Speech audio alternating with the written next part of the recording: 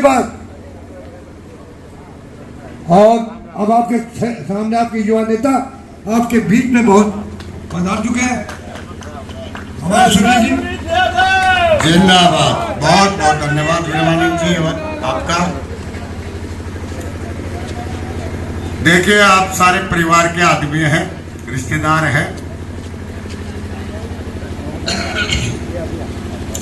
आपकी बार मौका है और इस मौके को मत चूक जाना।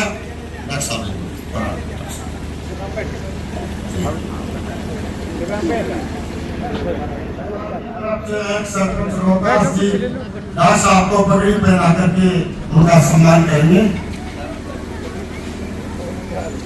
तालियों के साथ।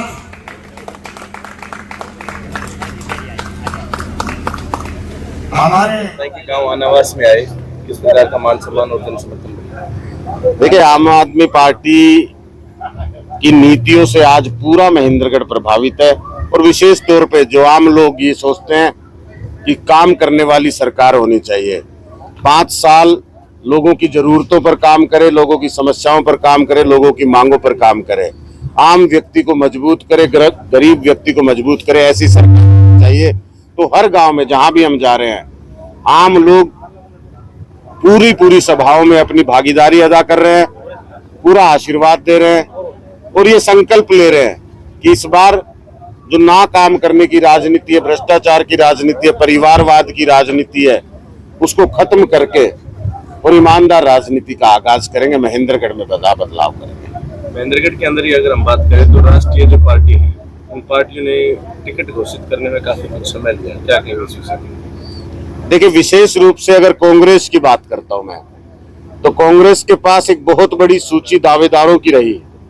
उन्होंने अपने दावेदारों से 20-20 हजार रुपए की रकम जो है वो भी शुल्क के रूप में ली और 20 हजार की रकम लेने के बाद हजारों की संख्या में जो दावेदार थे, जो महत्वाकांक्षा रखते थे कि इस देश के लोकतंत्र में हिस्सा लेंगे, लोकतांत्रिक प्रक्रिया में हिस्सा लेंगे, उनको चुनाव प्रक्रिया के आखिरी दिन तक इस झांसे में रखा गया, इस उम्मीद में रखा गया कि आपको प्रत्याशी बनाया जा सकता है। और अंत में जब एक दिन नामांकन का बचता है, तब उसको कहा जाता है कि आपको चुनाव प्रत्याशी नहीं बनाया गया। उस परिस्थिति में मैं समझता हूं कि उसका चुनाव लड़ने का अधिकार, उसका अपनी उम्मीदवारी रखने का अधिकार कांग्रेस पार्टी ने खत्म किया। हर एक व्यक्ति के साथ जिन्होंने दावेदारी की, भरोसा किया, उनके साथ धोखा किया। भारतीय जनता पार्टी जो 10 साल हरियाणा के अंदर शासन करने के बाद आज खिलाफत से जूझ रही है, हर एक व्यक्ति के मन में रोष है। उसने अपने प्रत्याशियों के साथ जिस तरह व्यवहार किया वो अलग देखने को है। आम व्यक्ति कोई भी किसी राजनीतिक दल से जुड़ता है तो मान सम्मान के लिए जुड़ता है, लेकिन भारतीय जनता पार्टी ऐसे लोगों को, नेताओं को जो पार्टी में संघर्ष करें, पार्टी को मजबूत करें, उनको अपमानित करने का काम करती है। इस चुनाव प्रक्रिया में, इस टिकट वितरण में बहुत सी जगह पर ऐसा देखा गया। भारतीय जनता पार्टी के अनेक नेताओं को भारतीय जनता पार्टी ने बड़े बड़े झटके देकर उनको अपमान करने का काम किया। जी, अभी पार्टी, आम आदमी पार्टी का जैसे गठबंधन होने वाला था कांग्रेस के साथ, लेकिन अब आम आदमी पार्टी ने कितने प्रत्याशी जो है मैदान में उतारे हैं, किस प्रकार से चुनाव लड़ रही है, किन रणनीति? देखिए, आम आदमी पार्टी 90 की 90 सीटों पर चुनाव लड़ रही है।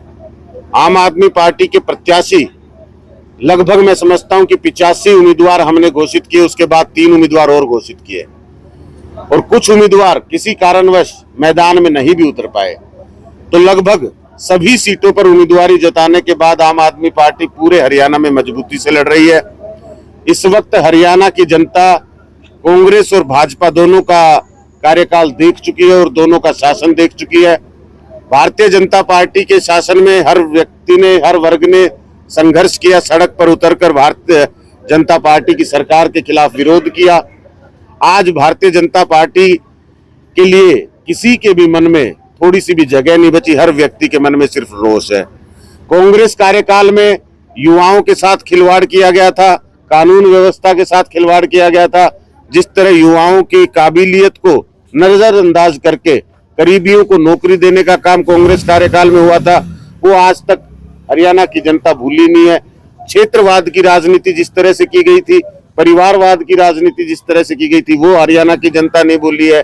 गरीब व्यक्तियों को और कमजोर और गरीब करने पर जिस तरह कांग्रेस काम करती रही है वो आज तक नहीं भूले हैं। तो हरियाणा के अंदर ना भारतीय जनता पार्टी ना कांग्रेस, दोनों के प्रति हरियाणा की जनता का मन नहीं है। एक मजबूत विकल्प के रूप में जहां दोनों तरफ आम आदमी पार्टी की सरकार है, आम लोगों के लिए काम कर रही है, गरीब लोगों के लिए काम कर रही है, हर सुविधा को घर घर पहुंचाने का काम कर रही है। आम आदमी पार्टी आज मजबूत विकल्प की तरह हर जनता, हर परिवार के, हर व्यक्ति के मन में एक मजबूत विकल्प बनकर जिस प्रकार से आज आप आनावास में हैं, ऐसे किन किन अन्य गाँवों में कार्यक्रम है? आज के कार्यक्रम आनावास आखिरी गांव था, 8 गांव में कार्यक्रम थे। शुरुआत हमने मुडान गांव से की थी, सुरजनवास, खेड़ा, उसके बाद गागड़वास, बचीनी और नांगल हरनाथ के बाद बुचावास, झगड़ोली, आनावास। झगड़ोली कार्यक्रम किसी कारणों से हमने आज रद्द किया और आनावास गांव में ये आखिरी कार्यक्रम था।